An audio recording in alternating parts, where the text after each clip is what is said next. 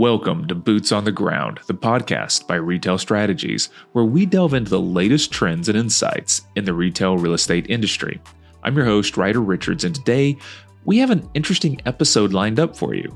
This podcast was pulled out from a larger conversation about the ICSC Las Vegas Conference.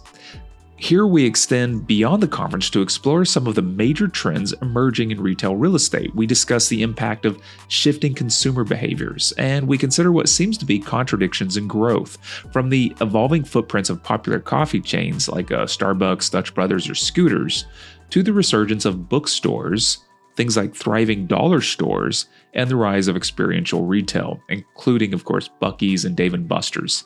Now, we've got a lot to cover. Stay tuned as we dive in. Let's drill down a bit more. We're sort of talking about some broader real estate trends.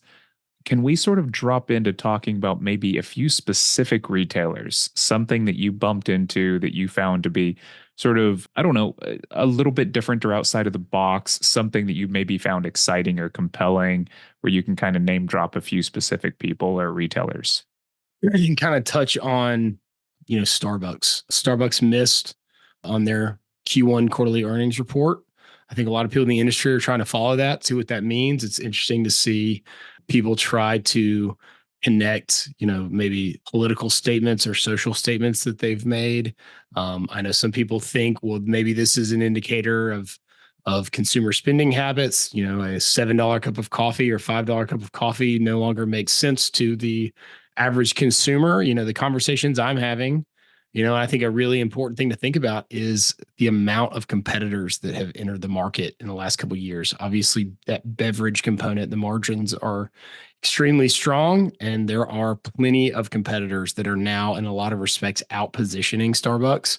When you think of Dunkin' Donuts, Dutch Bros, when you think of Scooters Coffee, and the list goes on and on and on, I think that's a big part of it. And a lot of those retailers that I just mentioned are taking smaller footprint stores or smaller acreage pieces of property in an attempt to outposition their competitor. I think you're going to continue to see more and more of that.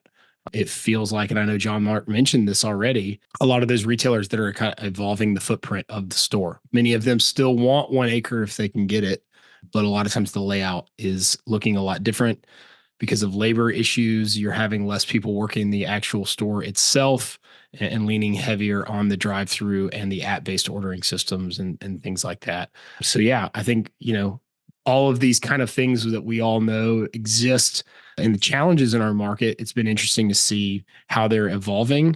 And so, Starbucks is certainly one of them, but all of their competitors are another example of that as well. Yeah, and I think kind of jumping off what you said, Elliot, is that Scooters Coffee, for example, is now considering in-cap locations, whereas before they were only considering standalone, smaller format stores. And so I think the ability to even go inline, I see a lot of retailers advertising their openness to going inline at some point with just a pickup window.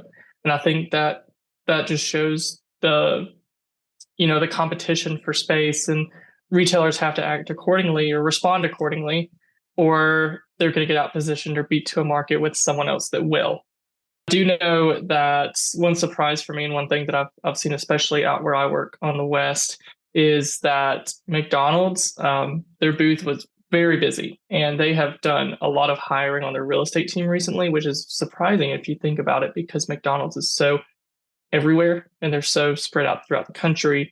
But I'm seeing them acting in a way currently that is similar to a high growth retailer such as Dutch Brothers a few years ago, which is very interesting. Another retailer trend that I've kind of seen highlighted by Tim Hortons actually is just their search for franchisees.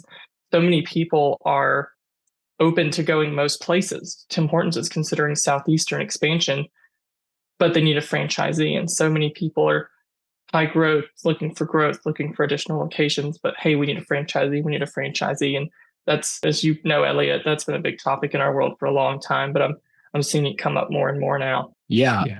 Another trend to talk about too, I want to give a shout out to Bill Reed, our colleague, who has certainly been monitoring this, and certainly something I heard a lot about talking about the limited amount of vacancy. Certainly over the last couple of years, we've heard about some of those name brand retailers that have either gone bankrupt or have exited a lot of these major markets, or, a lot of the places where we do our shopping or our client markets.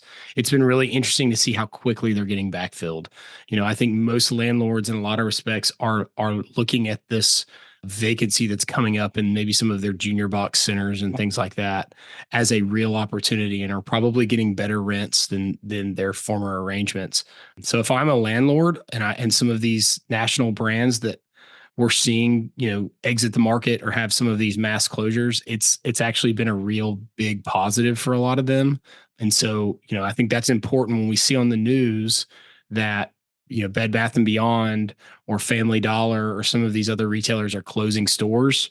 A lot of it ultimately becomes a net positive for a lot of the obviously not those specific retailers, but a lot of their landlords and a lot of the communities where their former locations were. Yeah. And if anyone wants to see this, it's called the Read Report, and it's on retailspecialists.com.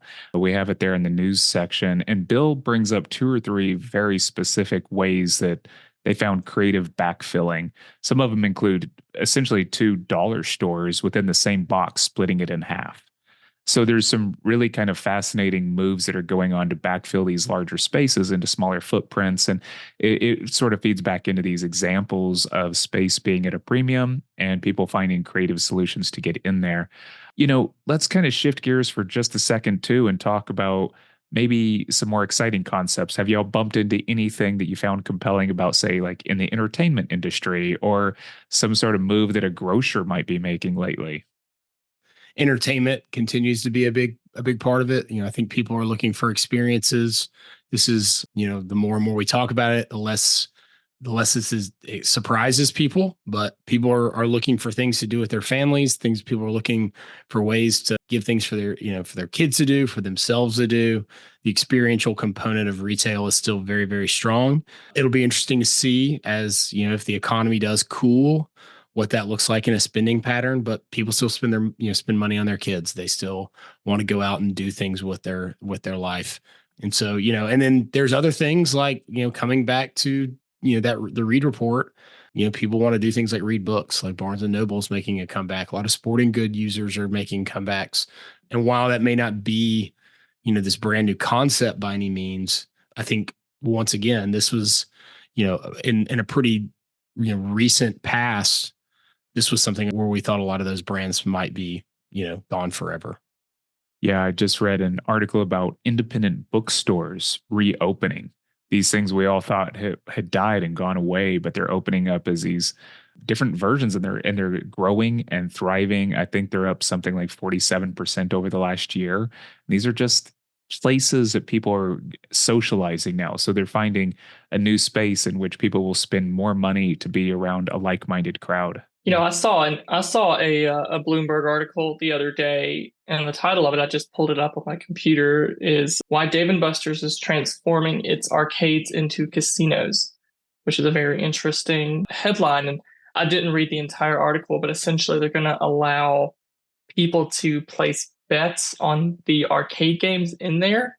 And I think it's very interesting if you've seen the rise of sports betting, and even, the acceptance of gambling outside of, Vegas and in Atlantic City. It's very interesting seeing that. And I think the other thing besides that, as a second point, is I think virality is a big deal. You need to have something that can go on social media and look cool, or something that people post that's very interesting. And I think things like Buc-ee's is a really good example of that. And these entertainment concepts, and I'm going to call Buc-ee's an entertainment concept, even though it's a traditional retail store. It's just so mind-bogglingly large that it's pretty entertaining. But Buc-ee's, Topgolf, Dave & Buster's, these are all ground-up developments. And I've seen some out in the West that are not incentivized, that are still ground up, that are fascinating, that they're still willing to do ground up in this environment. But so many Buc-ee's, so many Topgolfs are happening because of massive incentives from city governments, from local city, county, and even some state governments. And so I think that demand for larger, costlier, but, viral content retail is very interesting. And you've seen retailers that have the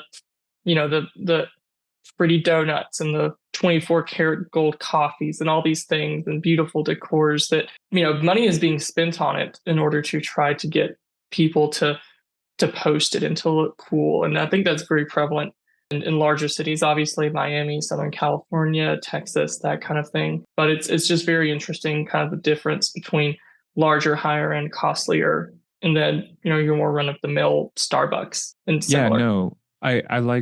This is an interesting point to bring up the incentivizing of certain brands that have a different kind of, once again, experiential concept. They're entertainment based. They're providing a type of a service, but it also has to do with, I think, desire on the behalf of the constituents of that community, that they actually want these things and that the officials are willing to find a way to make it happen for them. Yeah, it's very interesting. And I think, people are spending more money on these things, and ticket sizes are growing, whether it's for coffee. Ticket sizes are growing. So the price per cup of coffee is growing. People are getting more complicated things. People are getting things that look nicer and are more aesthetically pleasing to share with other people and to look cool, not just to taste good. I bumped into something the other day that was saying that we're also in an interesting time period where more and more people feel like they're precarious as far as their personal wealth goes. And that they don't, in case of an emergency, they don't have an extra $2,000 in their bank account.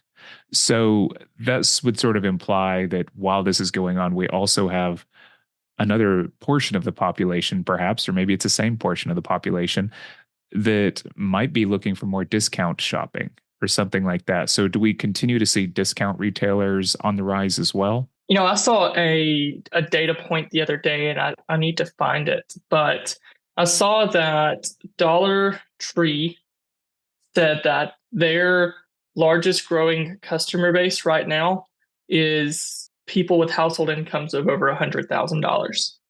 That is their highest growth customer base. And that's very interesting. I do think that, in my opinion, I think that people are looking for, again, quality over quantity. So you might not be spending as much on sweets as on splurges, but when you do, you want to get something really nice. And I think that's kind of that trend. And I think the data point that Dollar Tree mentioned about their largest growing customer base being 6-figure households is kind of highlights what you said about people, even in the higher income, feeling stretched and feeling stressed about that. It's a very interesting kind of duality between people spending $8 on coffee and the same people spending, needing to go to the dollar store. And I'm not sure if those are the same people doing both, or if it's just a split between consumer, different types of consumers in different parts of the country. Yeah. Dollar General has recently reported they did return a profit in first quarter and last year as well. They're doing really well. What they're seeing is a lot more foot traffic. Spending is down though. And so, kind of to John Mark's point, they have very profitable stores, and people are still looking at discount general merchandise as a really strong option for them. And a lot of times with the number one store in the place that they want to go shop, they're just seeing less volume a lot of times in those stores. So that's something to monitor as we think about discount general merchandise. Thank you for your time listening. Now that's going to be all for today's episode of Boots on the Ground. We hope you enjoyed our deep dive, which is also sort of broad, into the dynamic world of retail real estate. Special thanks to Elliot Cook and John Mark Boozer for sharing their valuable insights and their time. Now, if you found this episode informative, be sure to subscribe, rate, and review the podcast on whatever your listening platform might be. And of course, join us next time as we continue to bring you some of the latest trends and strategies to navigate the ever-changing retail landscape. I think that episode is going to be with our president, Lacey Beasley. Once again, thank you for listening. Please remember to keep your boots on the ground and your eyes on the horizon.